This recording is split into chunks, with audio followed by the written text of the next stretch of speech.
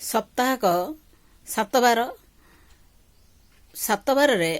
आमे प्रभु सबु विभिन्न प्रकार देवदेवी पूजा अर्चना करथाउ। सोमवार होउची प्रभु शिवंक बार, मंगलवार होउची प्रभु हनुमान एवं जो माने मातृशक्ति को पूजा करती माँ तारिणी माँ मंगला एमानकर को पूजा करती तेणु से कहे आम एदिन आमिष खाइबुनु। बुधवार होउची प्रभु गणेशंकर प्रिय बार,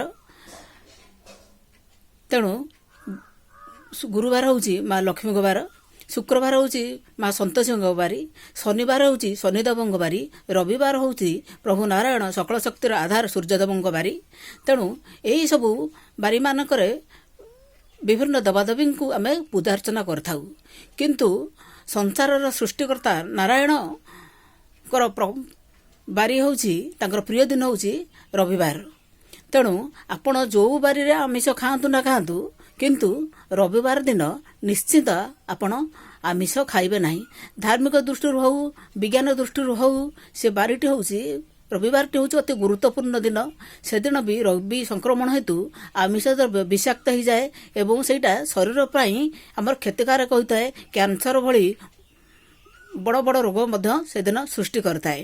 तेणु रविवार दिन आमिष अदा मसूर लिंब पोड़ा द्रव्य ये सबू न खाइबाटा निज पाई बहुत भल।